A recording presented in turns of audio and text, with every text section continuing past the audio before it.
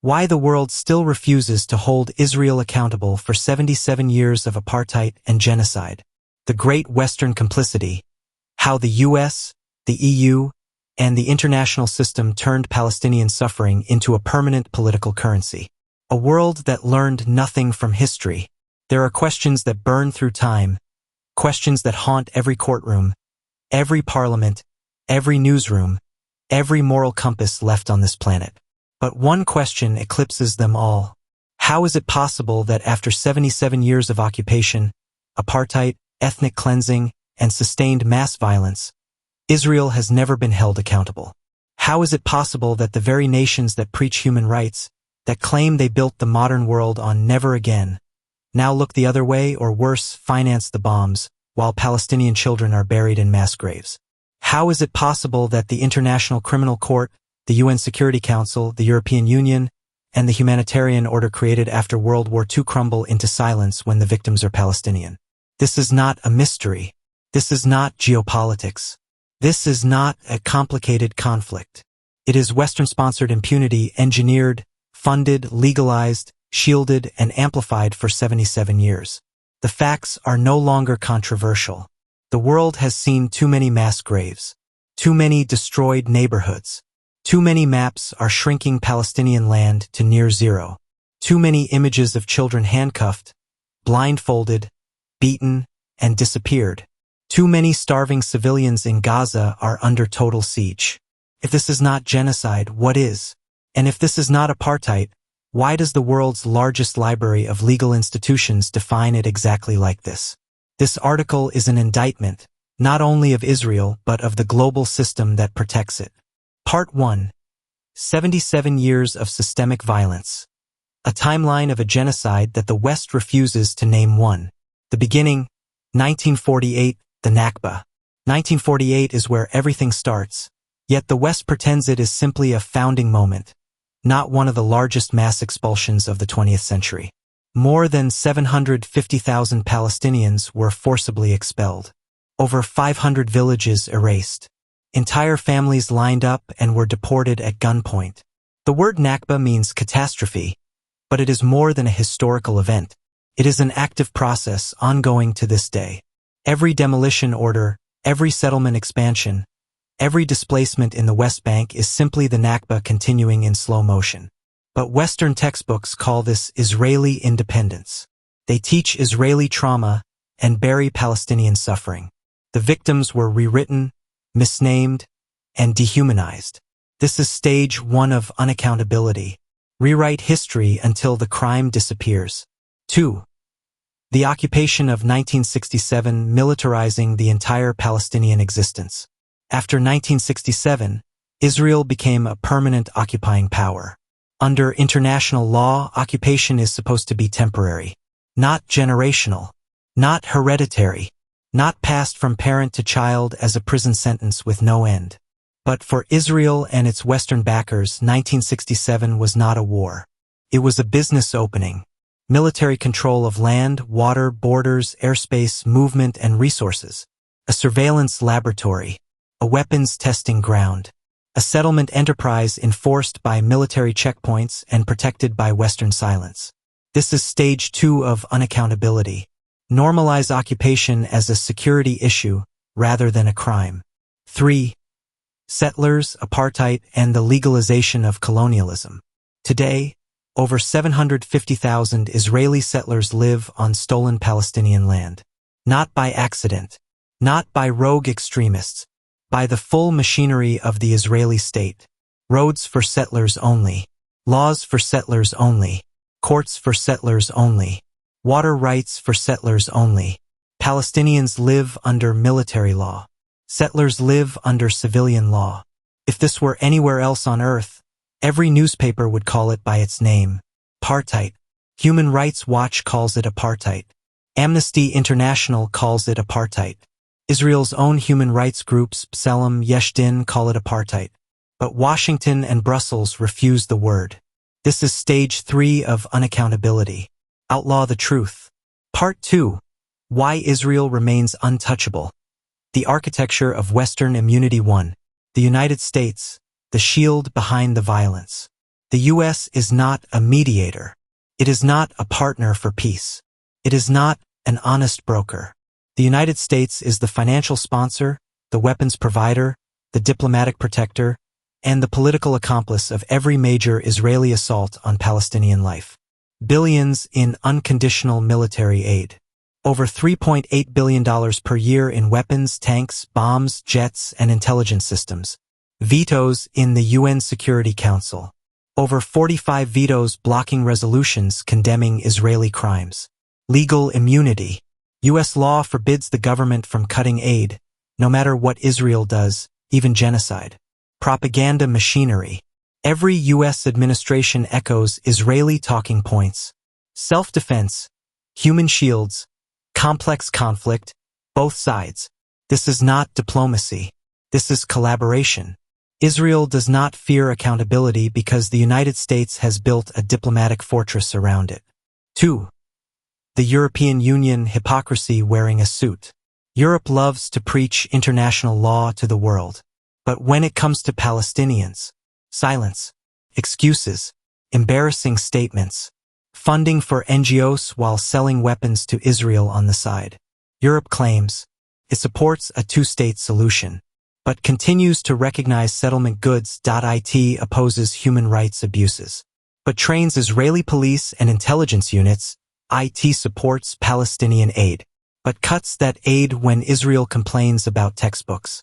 Europe is the continent that invented colonialism. Why would it condemn Israel, a state founded on the same model? 3. The International Criminal Court, justice that stops at Israel's door.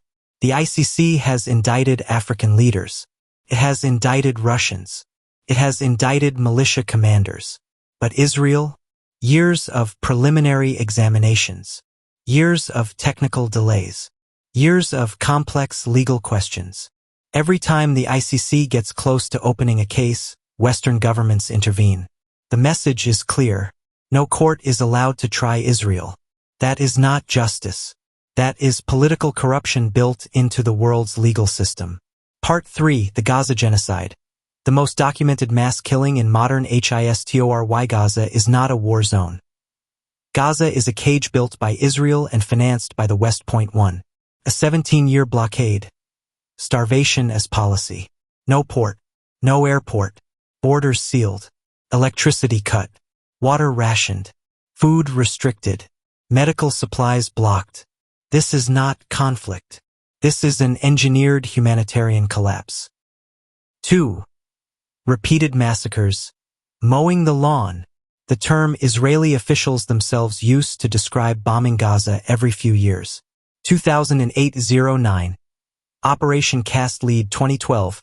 Pillar of Defense 2014. Protective Edge 2021.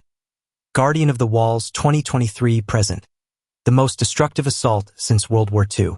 Entire families were wiped from the population registries. Whole neighborhoods turned to dust.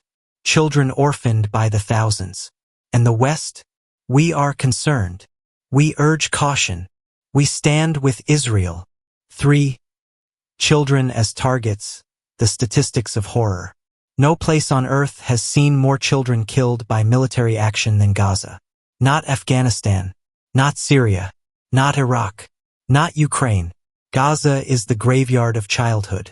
Israel calls it collateral damage. But patterns do not lie. Bombing schools, bombing hospitals, bombing playgrounds, bombing refugee camps, bombing UN shelters, bombing humanitarian convoys, bombing journalists, bombing ambulances.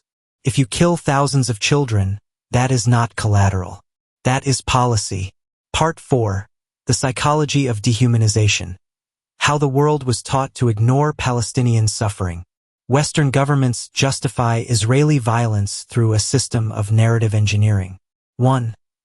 Palestinians are always the threat, even when unarmed, even when starving, even when displaced, even when asleep in their homes. 2.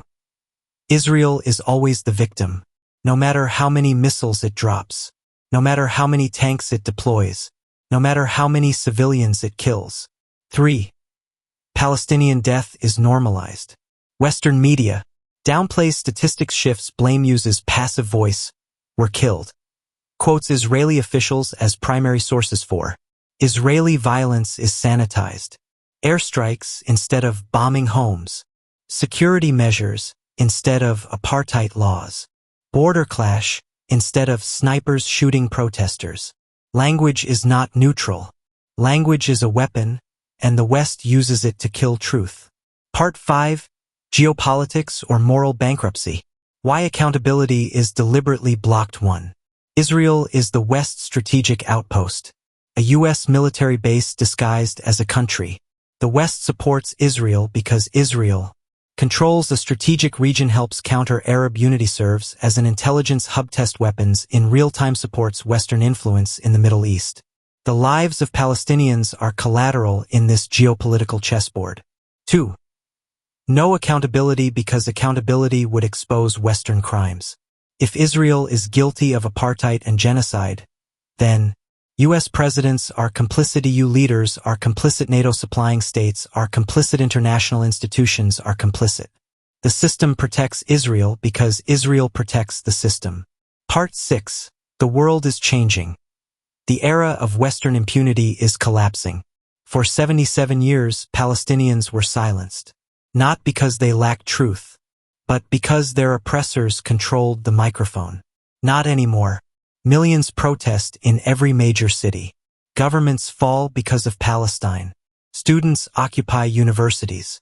Workers strike against shipping weapons. Celebrities break the silence. Doctors document genocide. Journalists risk death to show the truth. Israel can no longer conceal the horror. The West can no longer justify the indefensible. The world's moral compass is shifting against genocide, against apartheid, and against the colonial arrogance that sustained them. Part 7. The future. What accountability must look like. This is not complicated. This is not radical. This is not anti-anything except anti-genocide. 1. End the occupation completely. Not manage it. Do not negotiate it. End it. 2. End apartheid. Equal rights for all. No separate laws, no separate roads, no separate humanity. 3. Dismantle settlements. Every last one. They are illegal, full stop. 4. Lift the siege on Gaza. Unconditionally. No more starvation as policy. 5. International criminal prosecution. Real indictments. Real trials. No exceptions. 6. End unconditional military aid to Israel, especially from the United States and EU members. 7. Recognition of full Palestinian sovereignty. Not symbolic, not rhetorical. Real statehood, real power, real borders, real freedom. The question that will define this century. When future generations look back at our era, they will ask, how did the world allow a genocide to unfold for 77 years, in broad daylight? They will ask, where were the courts? Where were the democracies? Where were the human rights defenders? Where was the United Nations? Where were the Western leaders who preached morality but armed the killers? And they will find the answer in the ruins of Gaza, in the demolished homes of the West Bank, in the refugee camps of Lebanon, in the shattered dreams of millions. The world failed because the world chose to fail. But history also shows something else. No system of oppression survives forever. Not apartheid in South Africa. Not colonial empires. Not military dictatorships. Not occupation regimes pretending to be democracies. The Palestinian struggle is not a cry for pity. It is a demand for justice, justice long overdue, justice delayed by Western powers, justice denied by the world's institutions. But justice delayed is not justice erased. The question is not whether Israel will be held accountable. The question is when, and whether the world will finally have the courage to stand on the right side of history. Accountability is not optional anymore. It is the only path left.